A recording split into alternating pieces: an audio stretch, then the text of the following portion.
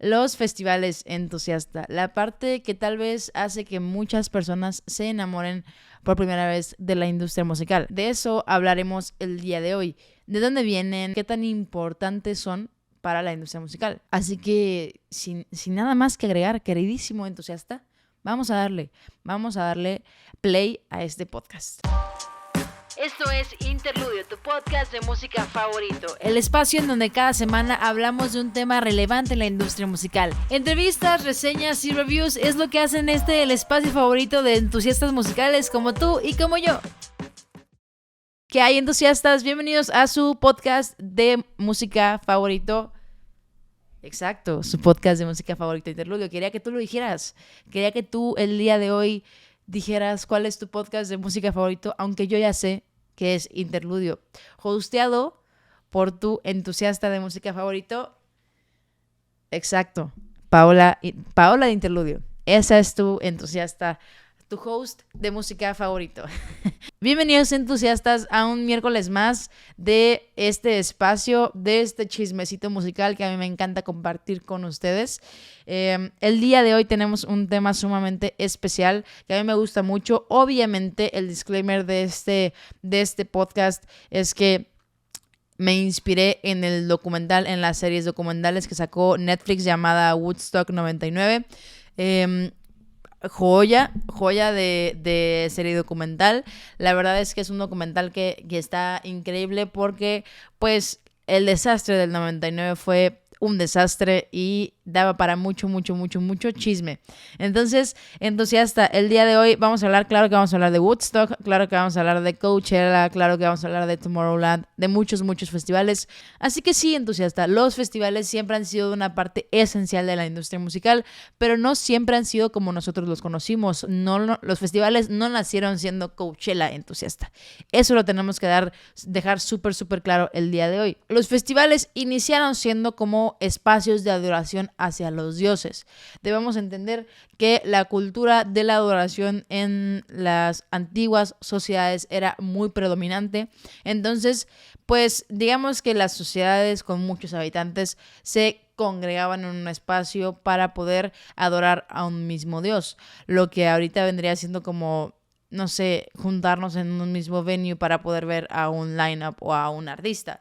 Y uno de los primeros shows o festivales o shows con temática de festival fueron los Juegos Píticos en Delfos, en donde si bien no cumplió con las características de un festival al 100%, definitivamente sí teníamos un festival, una celebración en la que había una presencia predominante de la industria musical o de performances musicales. Y en la Edad Media los festivales eran organizaciones que se hacían como meras competencias musicales entre, pues, ahora sí que para medir quién es mejor en esto de la música, que si tu banda, que si mi banda, que si tu orquesta, que si mi orquesta, pues era una clase de competencia formal, porque la verdad es que los festivales siguen siendo una competencia entre artistas al día de hoy, pero pues no de una manera tan formal porque no estamos dando premios, no estamos viendo quién va en el primer lugar, quién va en el segundo lugar y así. Y bueno, pues de ahí nos vamos hasta los 60s. Bueno, unos 3 años antes de los 60s, que fue cuando sucedió el Festival de Jazz de Newport, el festival más icónico. Si tú vas a cualquier sitio web y buscas historia de los festivales, por favor, te va a salir muy probablemente, el Festival de Jazz de Newport, porque fue el primer festival que juntó a más de 11,000 personas en un mismo espacio para poder presenciar un acto musical.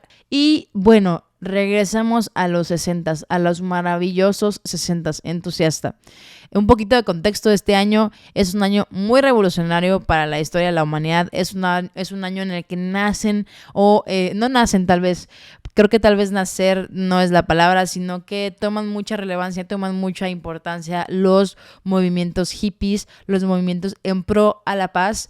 Entonces, en este año también hay mucha música. Fueron de los años en los que la industria musical estuvo en más apogeo, en el mayor apogeo posible. Fue la década en la que los Beatles estuvieron en su así, en su pico popular. También fue la década en la que Elvis Presley seguía haciendo música. También era la década en la que artistas tal vez como David Bowie a finales de los 60 empezaban a formarse como artistas, Rolling Stones, etcétera, etcétera, etcétera. Y en los 60 teníamos artistas también como a Jimi Hendrix y a Janis Joplin. Te quiero nombrar a estos dos específicamente porque creo que ellos fueron los que hicieron que un festival fuera permanente históricamente. ¿A qué me refiero con esto, entusiasta?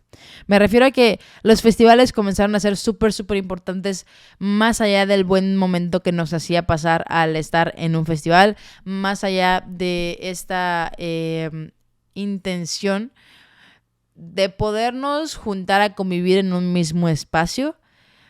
Sucedían cosas históricas en la industria musical, por ejemplo, Jimi Hendrix haciendo sus presentaciones icónicas que hasta el día de hoy serían recordadas por la humanidad. También Janis Joplin, quien era, vaya, entusiasta. O sea, Janis Joplin, si te gusta la música viejita, si te gusta la música tipo de Beatles y todo eso, debes de conocer a Janis Joplin.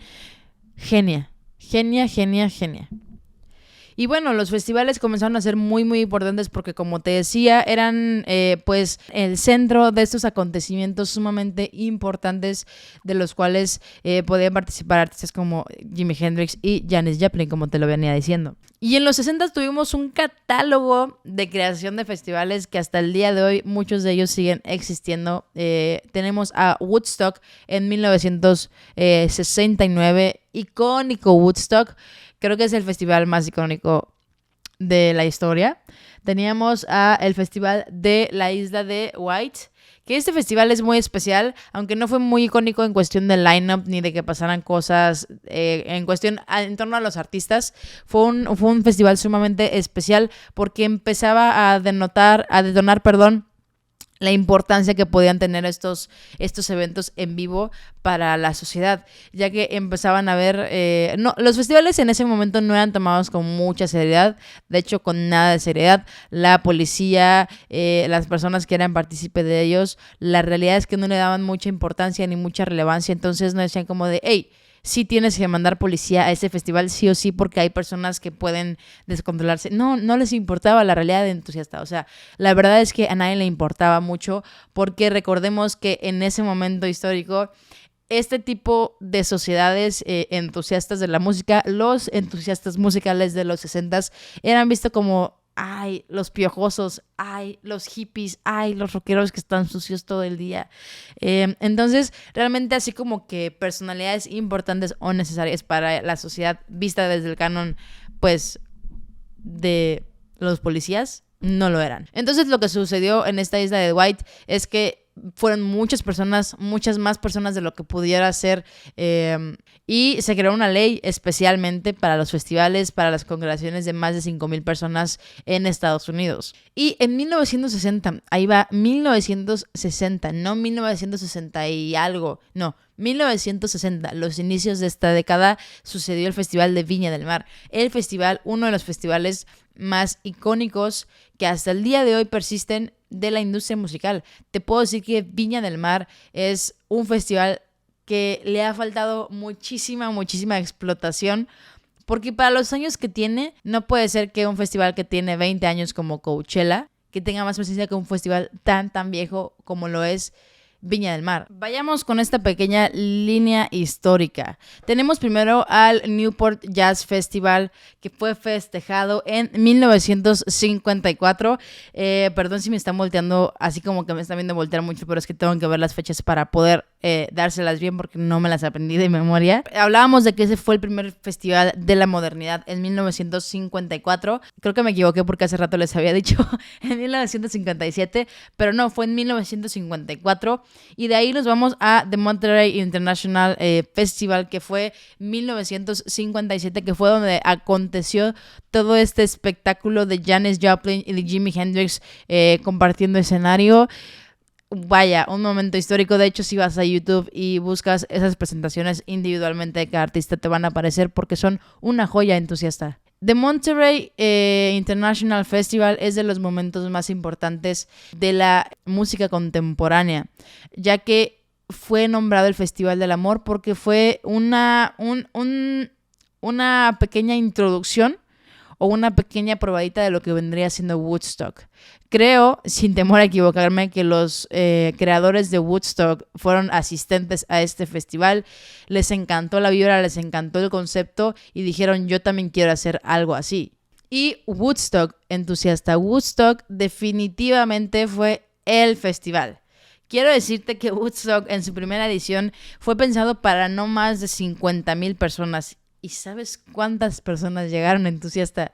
Es una locura. 700,000 personas asistieron a este volumen de Woodstock. Woodstock 1969 es el festival por mucho, es el padre de los festivales, y no por haber sido el primero, sino porque realmente nos dio una probada de lo que era realmente vivir la música, nos dio una probada de lo que realmente era un festival de música hecho y derecho. Y aquí voy con todo esto, entusiasta, a que el día de hoy los festivales masivos, hablar de estas cantidades de personas realmente ya es como de, no manches, o sea, neta. Pero quiero que te imagines que en Woodstock no había seguridad, o sea, la seguridad eran unos cuantos guardaespaldas y eran los famosísimos comisionados de la paz, que en ese momento sí funcionaban porque la vibra del festival era 100% hippie, era 100% vamos a pasarla bien, a compartir un espacio con todas las personas que piensan igual que yo, que escuchan la misma música que yo, así que vamos a darnos mucho, mucho amor. Entonces fue un festival sumamente amoroso, sumamente increíble. Las personas que dicen haberlo vivido dicen que fue la mejor experiencia de su vida, inolvidable. Pero lamentablemente no todos los festivales terminaron siendo iguales. Después de esto sucedió el fenómeno de que todos los festivales querían hacer lo mismo que Woodstock, por lo tanto creyeron que iban a tener el mismo tipo de personalidades que asistieron a Woodstock. Fue lo que justo les pasó a estos personajes que decidieron hacer el Woodstock en 1999. Pensaron que el nombre iba a atraer a los hippies de la época cuando tenían un lineup que se acercaba muchísimo más al new metal que al rock psicodélico o al rock pues suave que en ese momento conocíamos. Y vamos a hablar de Pilton Festival, que terminó siendo Glastonbury. Glastonbury, la Unión Europea entusiasta, ha sido una parte esencial de la industria musical en este espectro, en el espectro de los conciertos en vivo, ya que tienen a Glastonbury, que es como el festival de mainstream más grande que conocemos el día de hoy. Es lo que podría asemejar a lo que es Woodstock, incluso más grande que Coachella. Claro que Coachella es un festival sumamente importante, pero es un festival más mainstream, más popular, y Glastonbury es como el padre, el abuelo que lleva muchísimos años haciendo esto y dice, hey, aquí tengo a los mejores de los mejores, a la crema nata, nata, nata de la música, sean famosos o no sean famosos, es acerca del talento, es acerca del show. Y en la Unión Europea también tenemos festivales como Reading and Leeds, que son lo que vendría siendo el Coachella de los emos, de la raza alternativa. Tenemos el Tomorrowland, tenemos muchos festivales que son realmente icónicos para la industria musical en el momento y en el día de hoy. Coachella es un ejemplo específicamente único, entusiasta. Coachella lleva 22 años de existir, 23 años de existir. Nació en el 99. Tiene muchos menos años que muchos de los festivales que conocemos. Lollapalooza también es un festival que nació en los 90s. Y estos dos, junto con Tomorrowland, son los festivales destinos más famosos de el mundo actualmente. ¿A qué nos referimos con un festival destino? Nos referimos a los festivales que suceden en un espacio específico. Muchas veces tienen espacios para acampar, pero realmente suceden en un lugar que no cambia jamás.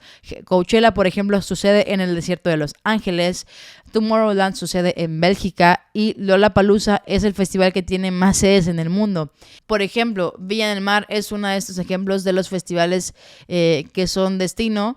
Pero pues como te decía, creo que Viña del Mar es un súper dolor latinoamericano porque podría ser más de lo que es el día de hoy. Y para terminar, entusiasta, quiero decirte que hay muchos festivales y la magia de los festivales el día de hoy es que casi hay un festival por género. Tenemos festivales de country, tenemos festivales de electrónica como el EDC, el Ultra, tenemos festivales de música alternativa como lo es el Bonnaroo Festival, como lo es el Reading and Leeds. Tenemos festivales como el Hot Summer Jam que siguen siendo súper importantes, pero obviamente no voy a dejar de hablar contigo de mi festival favorito que existió en algún momento, el Vans Warped Tour. Creo que el Vans Warped Tour fue algo más que un festival. Era una fecha destino, era un festival que duraba todo el verano, que iba que hacía gira por todos los estados de Estados Unidos y llevaba la música emo a todos los espacios de Estados Unidos. Los festivales, tal vez no lo comenté antes, pero los festivales son sumamente importantes porque son los escenarios que pueden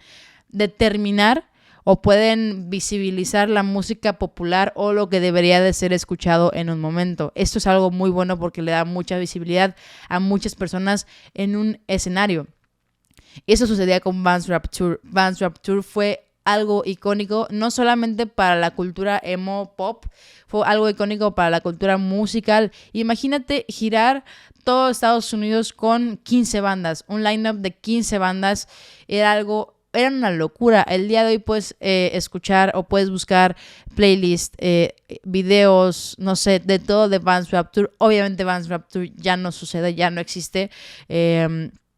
Y fue lo que nosotros conoceríamos como algo de lo mainstream que sucedía en Estados Unidos, que era muy aspiracional para toda la cultura popular. Casi toda la cultura, pues digamos casi toda la cultura como alternativa de los 2000 era emo. Entonces Vans Warped Tour era lo que ahora conocemos como un Coachella para los adolescentes, porque realmente era un destino al que todos queríamos ir, incluyendo yo. Vans Warped Tour duró casi 20 años y es algo icónico, es algo...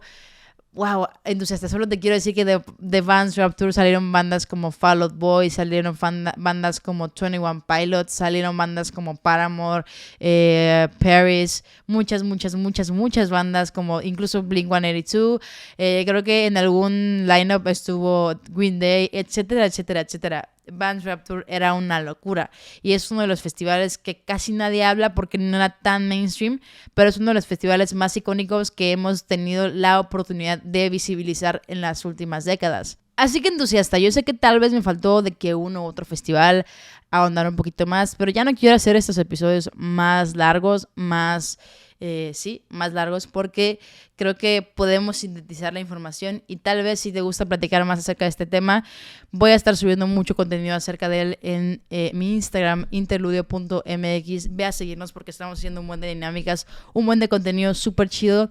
Así que entusiasta, muchas gracias por estar aquí y nos vemos en el próximo episodio, nos vemos en el próximo miércoles de Interludio. Escucha mucha música, les amo.